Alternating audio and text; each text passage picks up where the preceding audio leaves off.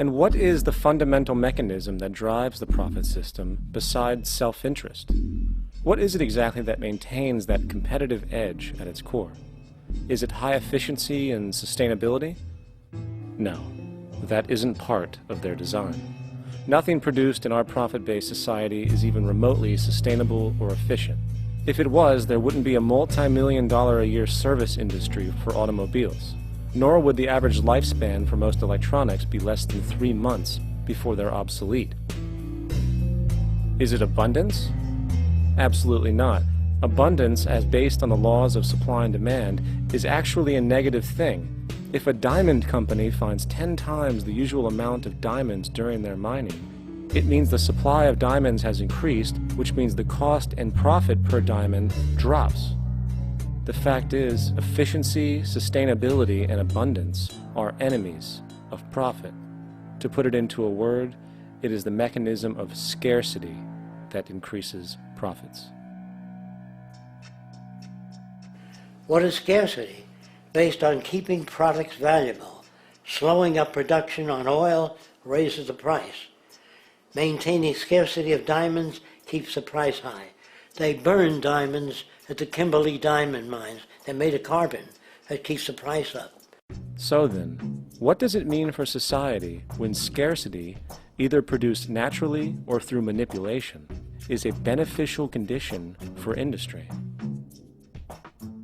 It means that sustainability and abundance will never ever occur in a profit system, for it simply goes against the very nature of the structure.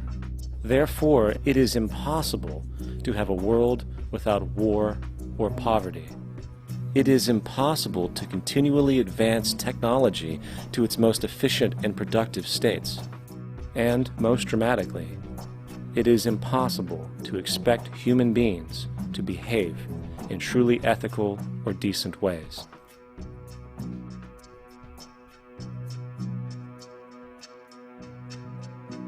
People use the word instinct because they can't account for the behavior.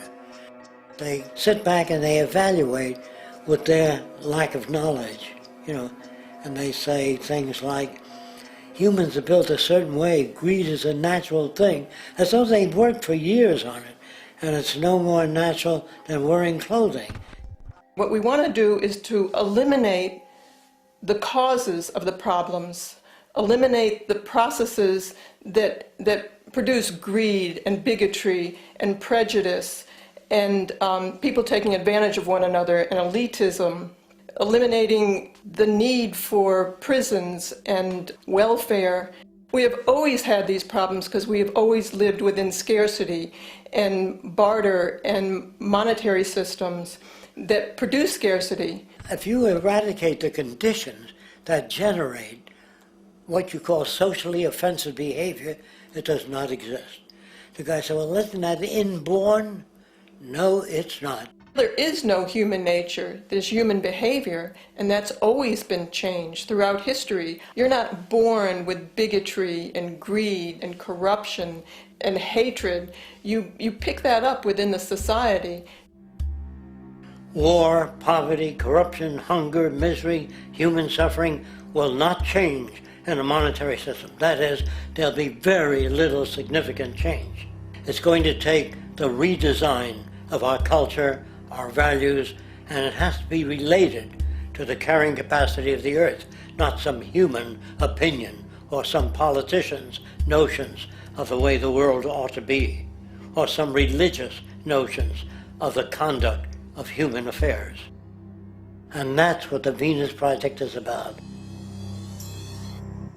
The society that we're about to talk about is a society that is free of all the old superstitions, incarceration, prisons, police, cruelty, and law. All laws will disappear, and the professions will disappear that are no longer valid, such as stockbrokers, bankers, advertising, gone forever, because it's no longer relevant. When we understand that it is technology devised by human ingenuity which frees humanity and increases our quality of life, we then realize that the most important focus we can have is on the intelligent management of the Earth's resources. For it is from these natural resources we gain the materials to continue our path of prosperity. Understanding this, we then see that money fundamentally exists as a barrier to these resources, for virtually everything has a financial cost. And why do we need money to obtain these resources? Because of real or assumed scarcity. We don't usually pay for air and tap water because it is in such high abundance, selling it would be pointless. So then, logically speaking, if resources and technologies applicable to creating everything in our societies, such as houses, cities, and transportation, were in high enough abundance, there would be no reason to sell anything. Likewise, if automation and machinery was so technologically advanced as to relieve human beings of labor, there would be no reason to have a job. And with these social aspects taken care of, there would be no reason to have money at all.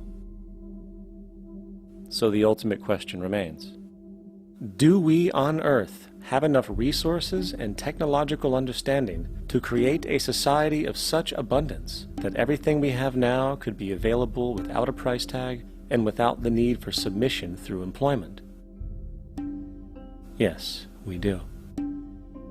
We have the resources and technology to enable this at a minimum, along with the ability to raise the standard of living so high that people in the future will look back at our civilization now and gawk at how primitive and immature our society was. What the Venus Project proposes is an entirely different system that's updated to present-day knowledge.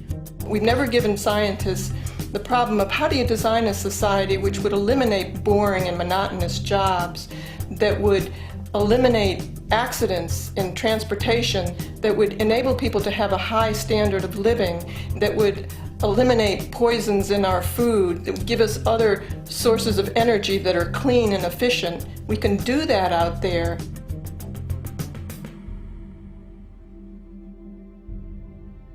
The major difference between a resource-based economy and a monetary system is that a resource-based economy is really concerned with people and their well-being, where a monetary system has become so distorted that the concerns of the people are really secondary, if they're there at all. The products that are turned out are for how much money you can get. If there is a problem in society and you can't earn money from solving that problem, then it won't be done. The resource-based economy is really not close to anything that's been tried. And with all our technology today, we can create abundance. It could be used to improve everyone's lifestyle. Abundance all over the world if we use our technology wisely and maintain the environment. It's a very different system, and it's very hard to talk about because the public is not that well enough informed as to the state of technology.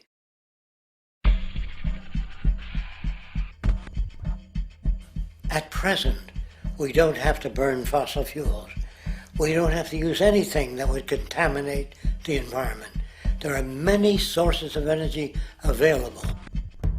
Alternative energy solutions pushed by the establishment, such as hydrogen, biomass, and even nuclear, are highly insufficient, dangerous, and exist only to perpetuate the profit structure that industry has created.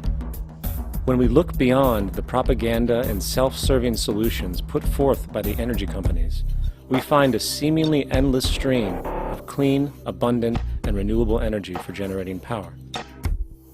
Solar and wind energy are well known to the public, but the true potential of these mediums remains unexpressed. Solar energy, derived from the sun, has such abundance that 1 hour of light at high noon contains more energy than what the entire world consumes in a year. If we could capture 0.01% of this energy, the world would never have to use oil, gas, or anything else. The question then is not availability, but the technology to harness it. And there are many advanced mediums today which could accomplish just that, if they were not hindered by the need to compete for market share with the established energy power structures.